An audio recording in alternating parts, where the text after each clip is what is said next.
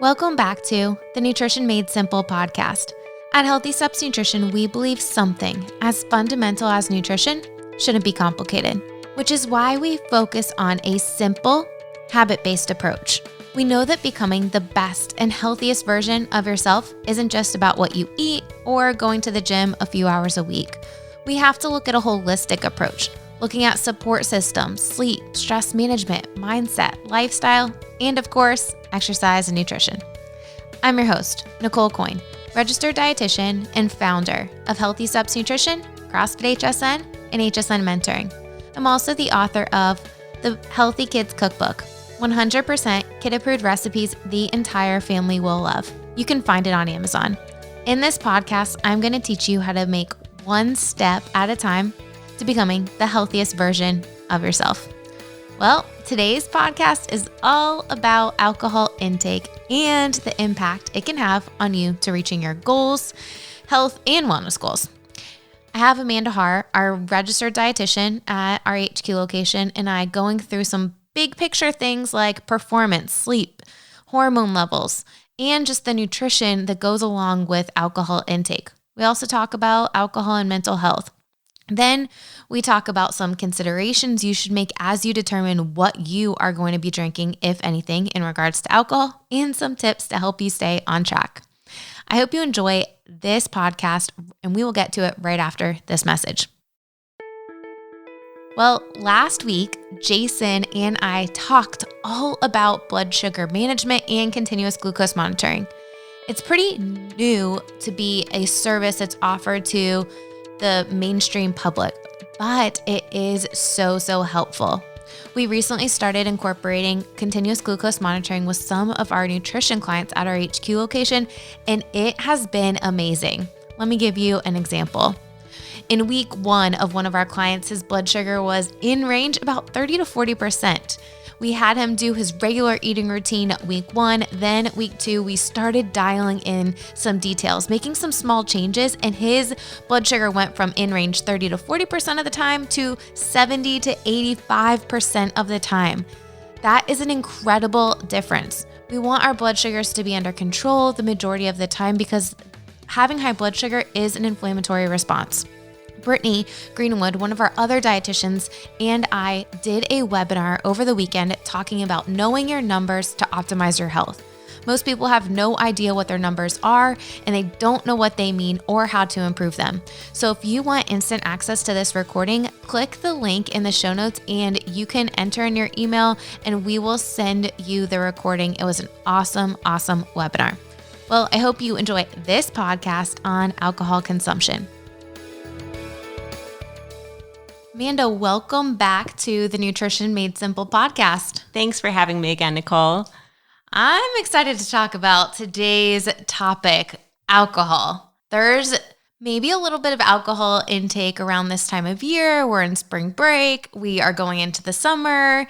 Some alcoholic drinks are pretty refreshing, right? I mean, a lot of people will increase alcohol intake during the summer. Definitely. You know, I realized lately we had visitors come down for spring break and they were so excited to be here. And I know for our family, there was just a lot more alcohol around than we typically have. And then you kind of think about, through summer is really like the next 5 months. So this is a really perfect time to think about, how you want that balance to look like in your life. It's interesting, like even pre-pandemic, I remember Jason and I, there was a season at the beginning of the pandemic when we didn't leave the house and we would find ourselves grabbing a glass of wine or whatever. It became a routine at the end of every day. And it got to a point a few months in and I was like, okay, we are having a glass of wine almost every night. This is not something that we normally do. We do not need to do this. So we, cut it down intentionally. But when you look at the research, the amount of drinking went up significantly during the pandemic, and a lot of people haven't really gone back to their pre-pandemic alcohol intake levels. Right. I know you looked up the numbers. Really, it rose overall by 14%. And the number that really stood out to me was for women, right? So their days of heavy drinking of 5 drinks or more went up by over 40%. And that's a significant difference, especially thinking about what we like to talk about as well as women and their hormones, right? So it's so interesting. I think a lot of times when we think about drinking, we just think like, oh man, I don't want to be hungover. I don't want to feel bad the next day. But there are so many other things that are impacted when you have and consistently are drinking alcohol. And I think we should start off with this podcast by just talking about some high level, big picture things. The first thing I like to look at is performance. We're a CrossFit gym, right? We have a lot of athletes and normal people that, just want to be healthy. They're prioritizing exercise. They're working out in the gym. They want to see those results. Like, what is the impact between alcohol and performance? There's a few different things that are important. Number one is protein synthesis, right? When you work out, you break down muscle, we need to build it up. But if we're drinking alcohol, it decreases our body's ability to rebuild muscle. So we might not be able to get the full impact of all the hard work that we're spending in the gym. The other thing is that we tend to go to the bathroom a little bit more. So we could increase the risk of becoming dehydrated, which is also going to impact our performance. Right, exactly. And, we've worked with a lot of different athletes of a lot of different stages. And honestly, even just getting hydrated enough for the average person is a struggle, right? Like we kind of start out with like, let's drink at least 60 to 80 ounces of water a day. And, that can be very different for different people. But for a lot of people, it's hard to even get up to that 60 ounces a day. And then you add in drinks on top of that, and that makes hydration really difficult to achieve. Absolutely. We had Dr. Danny Urcuyo come in and talk about sleep and nutrition and stress management. But when we look at sleep and alcohol, there's a huge correlation between lack of quality REM sleep when you are drinking alcohol, which sleep is super important because it helps reset our hormone levels, helps with recovery. Protein synthesis happens a lot while we're sleeping as well. So, drinking could impact your ability to recover and set yourself up for success the next day. Right. I mean, have you ever experienced that at nighttime? Like you just all of a sudden wake up at some point in the night after you've had a couple drinks? I know this definitely happened for me before. And it's really interesting to look at it like, thinking about that our liver does the majority of its work between 2 and 5 a.m. So on the nights where I've had multiple drinks and that I am waking up, it's usually during that time because my body's just going through a lot of work. And then I think about the next day, like, was that really worth it? Sleep is very important to me. I know we've talked about that in the past. So to not have good sleep in response to just having too many drinks, that's so easily preventable.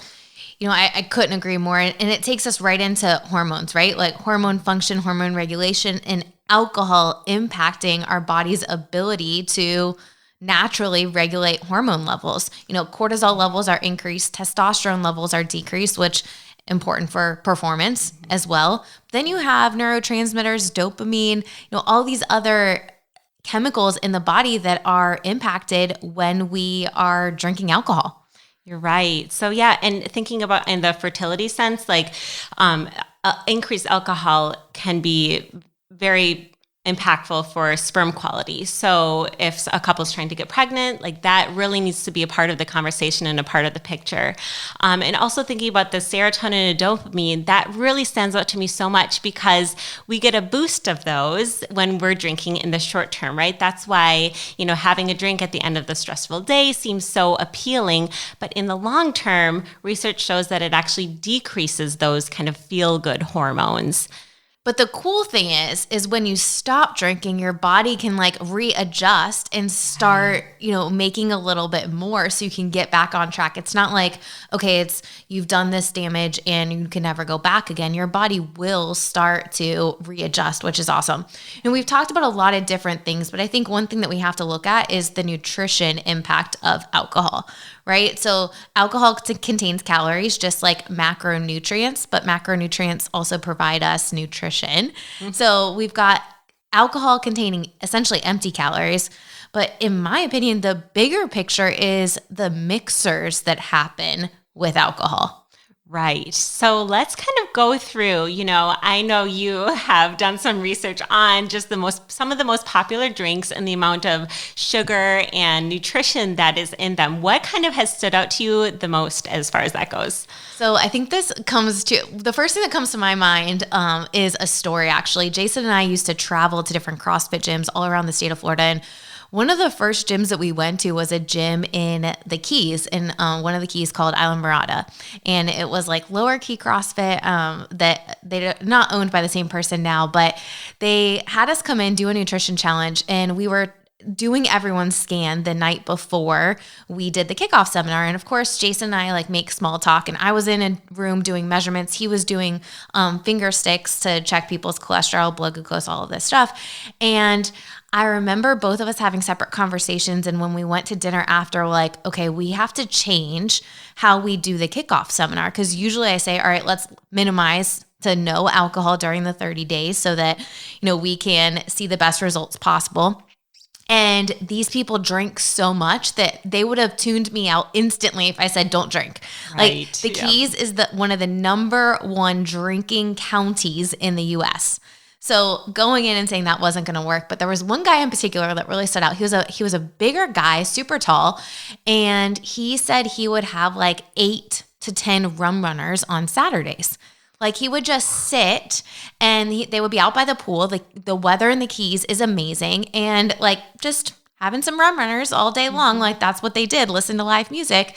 And I was like, we both found this out separately that night before. So I'm Googling like how much sugar is in a rum runner, and 16 ounce rum runner, like your standard cups, right? That you would get a rum runner in, over 100 grams of sugar. So this guy was having 800 grams of sugar every single Saturday. The great thing is he didn't really change anything else but that. He switched to like vodka soda and cut it in half, and he lost the most amount of weight of anyone in the challenge just from that one single thing. I know that's an extreme example, but it was mind-blowing to him to realize how much sugar he was consuming and not even realizing. I think sometimes when we think about sugar intake, we think about having cakes and donuts and like all those things that are super high in sugar. We don't even think about the sugar that we're consuming in the liquids that we're consuming. I've even had clients ask me, does the liquid calories thing, like does the alcoholic calories, does it really make a difference? And I think there's a lot of feelings that are associated with alcohol, along with just knowing the facts too. So wow, that is amazing to just see that change and how impactful that can be. Even if someone isn't drinking, let's say 7 rum runners a day, but let's say it's 2 drinks 5 nights a week, like that's even a big difference in itself. It adds up. And, that's the highest sugar drink. We actually made a graphic for people showing like the lowest sugar, lowest calorie drink to the highest sugar, highest calorie drink. And we'll put the link to that in the show notes. I think it's always super helpful for people to understand like, okay, what do I normally drink? How much sugar is in there? And then what could I switch if I am going to drink something so that I'm mindful? Some of the other ones that are super high in sugar, frozen margaritas, strawberry daiquiris, and the pina coladas, also mojitos, although they're delicious. Right. There's a lot of sugar. I mean, over 50 grams of sugar in all of those drinks that I just listed.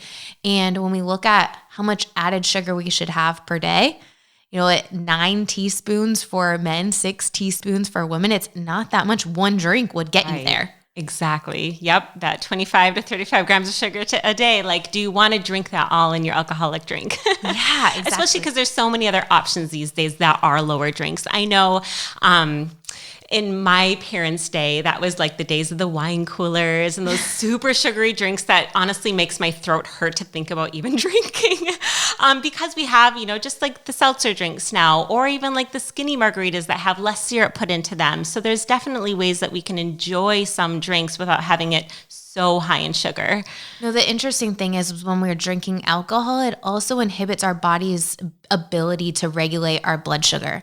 So, we see people, especially pre-diabetics, diabetics, where their blood sugar's all over the place when they've been drinking because your body's not able to regulate the normal things that it should when we drink alcohol. So there's so many different factors. The cool thing is, going back to what you were saying, like there's a lot of options now that are pretty low in sugar if you were going to mindfully have a glass of wine or have an alcoholic beverage. So I definitely want to get into that. But some other big points when we think about, all right, what is our body's impact with alcohol? There's a direct link between type 2 diabetes and alcohol intake, which is super interesting. And you also have to think when you eat or when you drink alcohol, you tend to crave different foods. Exactly, right. And that's really its role in lowering our blood sugar levels at the time, which makes our brain think that we need to eat more food. That's why a lot of people get the munchies when they start drinking.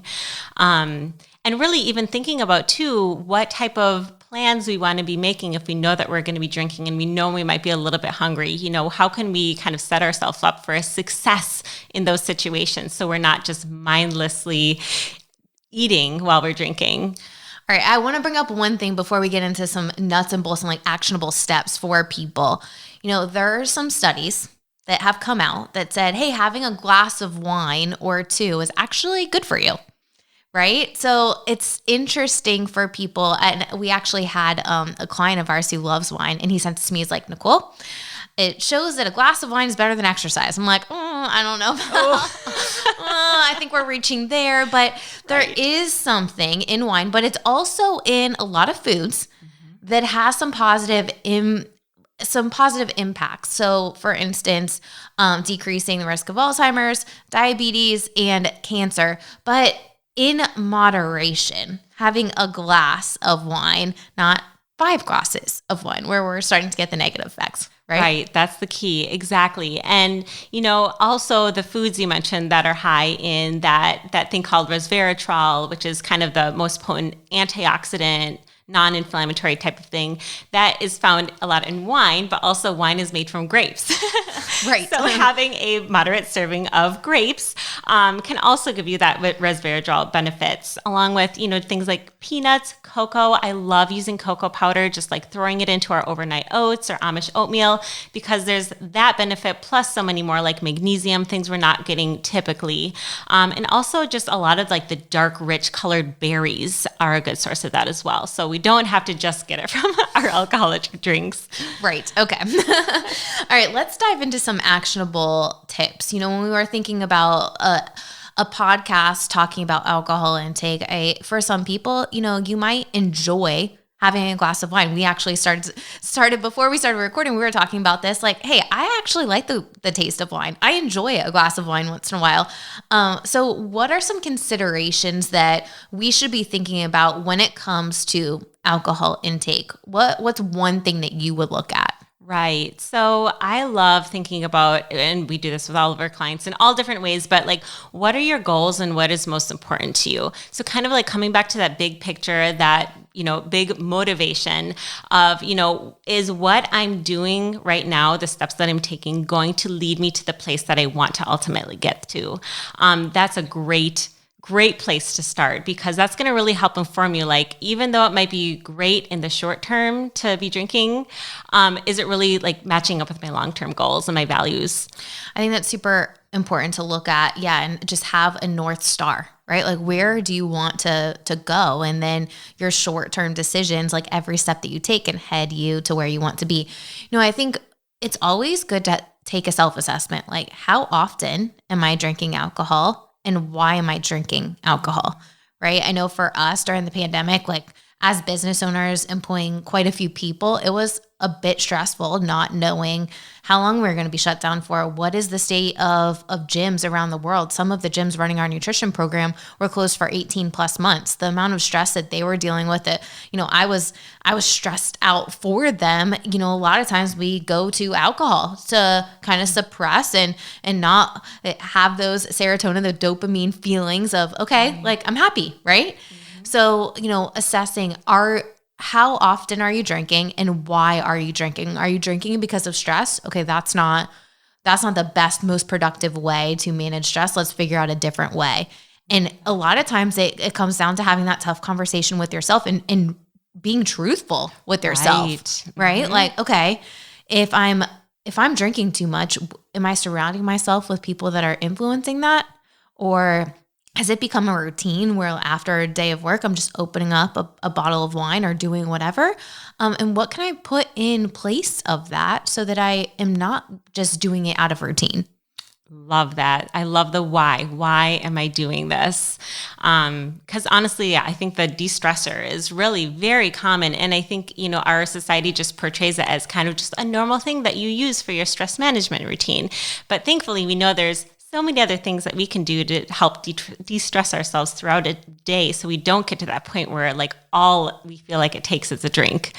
No, I think too, when you're out of your normal routine, like when we go on vacations, right? Like we're about to go into summertime, like do you tend to drink more? And is it because like, hey, we're on a vacation, or should we add in some more active activities so that we're not just going to alcohol intake? I think that's an important thing to think about. And then the other thing is, what are you actually drinking? Like, are we going back to those high sugary drinks, or are we picking something that's a little bit lower in sugar that's not going to add a ton of additional calories beyond the alcohol? Right. And I know, really it seems very simple, but like the wines, like the real wines, right? Not the wines with like sugar added into them. The light beers tend to be like the lower sugar options compared to a lot of the kind of fancier drinks. Like they're fancy and fun, but a lot of times they do add a lot more sugar there. Absolutely. So I think those are 3 considerations, right? So what are your goals? When and why are you actually drinking? Like, let's look at your routine, and then let's look at what are you actually consuming? Is it things that are super high in added sugar? Or are we picking options that are a little bit lower in sugar? All right, let's move on to some tips. Like alcohol intake, like some people might not want to avoid it. They might want to have a drink or two. Like, let's talk about some tips for drinking alcohol. Yes. Okay. So let's exactly kind of working through that. Like first we've talked about the what, why, and now let's think about, what is that goal that you have for yourself? Because that's going to look very different for every person. I know for me, a lot of times when I'm kind of thinking about how much I want to be drinking, it's because I want good sleep at night. I already have like kids who wake me up some nights, and I don't want alcohol to be something else that wakes me up at nighttime. So, whatever you feel is kind of that goal of like how much you drink, when you're drinking, really kind of planning that out and putting that in concrete, maybe written place is going to be so helpful rather than just thinking, oh, I think I'm going to just drink a little bit less. I think that's super important. Like, let's write down, all right, how many days am I going to have an alcoholic beverage? Maybe it's, in a month. I know in January, we recruited, I think, at least 60% of our gym to do dry January. We're like, all right, enough is enough. Like, let's all stop drinking during the week. And it ended up working out so well. I know you mentioned, hey, I don't like drinking, alcohol at whatever time because of impacting sleep. For me, it's the brain fog, right? Like I know that I'm not going to be as productive and as clear the next day when I have alcohol. And to me, that's so important, especially during the week. Like I need to wake up and be on my A game so that I can get the most important stuff done first thing before I'm interrupted and show up for my team, show up for you, show up for our clients the best. And that to me is one of the most important things. Right. And I love that that's coming from a heart of service, right? Not necessarily like how alcohol is going to help me or hurt me, but you're like, I want to help other people. And in order to do that, I need to have these boundaries with alcohol. And I love your idea of planning throughout the month. We actually have a client right now who he's been lowering his alcohol levels, and he does sit with a planner and just kind of color codes his dry nights throughout the month. And he's like, that way no one can, sit down in my office and see that I wrote down dry nights on my calendar, but I just have a strip of blue there. So I know this is a night that I am not going to be drinking tonight. And you keep yourself accountable to that. But I think that goes into tip number 2. Like you have to tell other people, most importantly, why you're doing it so that they can keep you accountable. Especially if you're surrounding yourself with people who your idea of fun is like, hey, let's go to happy hour.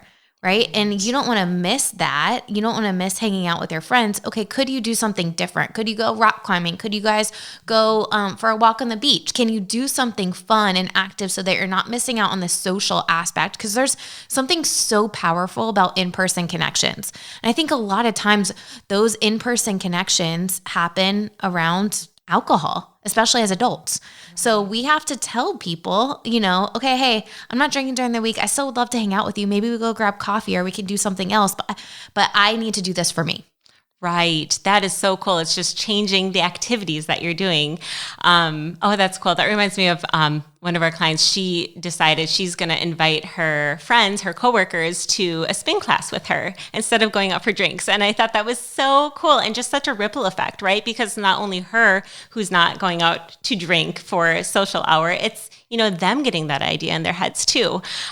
So it really, yes, the people we're around makes such a difference, doesn't it? I feel that when I'm with different groups of people, and you can see it in your habits. So good thing to think about who you're around and what their habits are and maybe how you can change that for everybody.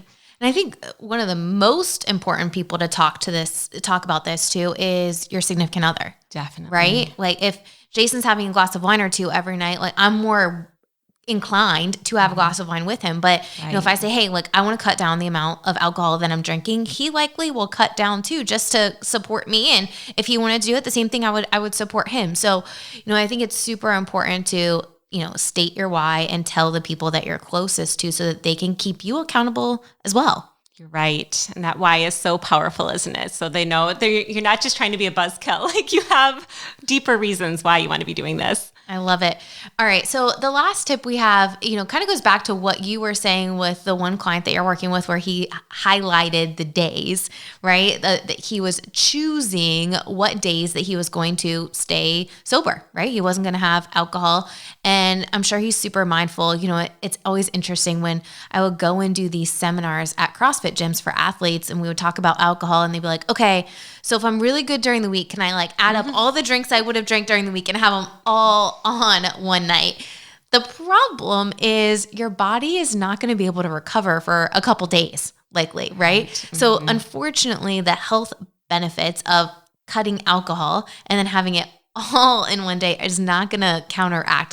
That's not the best option. And looking at, hormone level, protein synthesis, and then also your ability to sleep, right? So lots of things going back to how does alcohol impact your overall health. Having all of those drinks in one night, probably not the best option. So I want to now kind of shift gears and talk about some actionable things that people can do that are all right, Nicole and Amanda, I hear you. I'm going to cut down the amount of alcohol that I'm drinking. Let's talk about some actionable tips. And I think all of these tips that we're going to talk, we've personally used. You or I, and a lot of our clients have used. Yes. Some of them seem silly, right?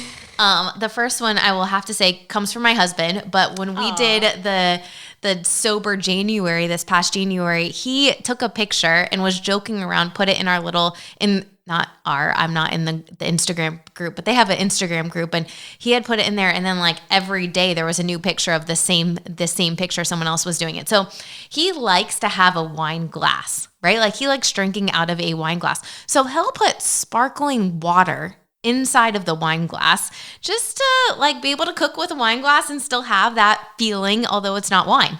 Right. I love it. That is so fun. And if anyone's a beer drinker, right? You just drink the sparkling water from the can and then you have your bubbly thing in a can that you're drinking. Yeah. It seems so weird, but our family uses it. We totally use it. Yep. That's great. And that is something honestly, I know for my husband and I, sparkling water has been a huge help with just sometimes we just want something cold and refreshing and something different than just still water that we've been drinking all day. So I love that one. And on the alternative, I love, sometimes finding a fun tea that you really like for an evening wind down, because again, if you're feeling I want to have a drink to de-stress and wind down, tea kind of has that same effect, especially when it's cold outside. You sit with a glass of tea, maybe read a book or do some yoga or whatever your whole decompression type of thing is. But I think that's something where you kind of feel like you're having something special without necessarily having something alcoholic. All right. The next one's my personal tip, and I use this one at least twice a week, I would say. So there's a company called Shirley, and they have non-alcoholic rosé. I personally love rosé. I think especially this time of year, it's South Florida, it's so hot. It's super refreshing. But again, I don't want to have a glass of alcohol every night because I know how it's going to affect me the next day. Shirley has a non-alcoholic rosé and wines that taste like rosé. And I've drank quite a bit of rosé in my time. So it comes in a can or a bottle. I like the cans because if I open a bottle, I want it to stay fresh. So the can is just one drink, and I'll pour it into a champagne glass and drink it at the end of the day. And it's like my unwind, right? But there's no alcohol in there. It tastes really good. We actually set up a partnership with them. So you could go to Shirley's website, and if you type in HSN, you will actually get 15% off your entire order. They have white wine, red wine, and my personal favorite is rosé. I love it. I think it's a really great option for people who want something but don't want alcohol. I love that. That's great. Awesome. And trying any different distressors. Like, I love coming back to that. Like, if you're using alcohol for stress, what type of things can we also do in place of that? So what do you kind of like to do, Nicole, most as far as your de-stressing type of strategies? I think the first thing that is staying super consistent with exercise, right? There's so much research regarding exercise and it being more effective with helping with anxiety, depression. I mean, it's 30% more effective than any other drug out there, like even antidepressant drugs. So if you're stressed or you're struggling with any mental health issues, not saying that you should skip the mental health counselor and go exercise, but getting those endorphins and exercising regularly will help you with combating any type of mental health issues and also with stress. Love that. That's huge. It's so powerful. And I love that you mentioned the endorphins, right? Like, it's not just a fun little thing we talk about. It's a real thing and so helpful to combat those kind of triggers for alcohol. Absolutely. So much information was shared at this podcast. If you're like, no, Nicole, I need to go back to the beginning and like actually listen to all of the ways that alcohol impacts me and see like, okay, what do I care about the most? And these are some of the reasons why I'm going to cut down the alcohol intake. We're going to put some more information in the show notes regarding all of the things that we talked about at the beginning of this episode and some tips for you. I'll also link the Shirley website and put the code HSN in there. So if you want to try it, you definitely can. It would be a great option. I mean, anything else in regards to alcohol to wrap up this podcast? Right. Well, I would just say for listeners out there, like coming away from this conversation, really just sit and answer those questions that, Nicole asks. Why am I drinking? What am I drinking? And what am I wanting with my goals? And how does that fit in? And really just write down that plan for yourself right now before you go on with the rest of your day or week, and really sit with that and connect with your accountability partners. Love it. Man, so much information about alcohol intake. If you want a recap or want to read a little bit more information about alcohol intake and its impact on health and wellness, make sure you click the link in the show notes where we have some additional support in the blog associated with this podcast episode. I think when I think about alcohol intake, and don't get me wrong, I like having a glass of wine or two on the weekends. I first want to think about what are my goals, right? How is alcohol going to impact me and my progress towards my goals?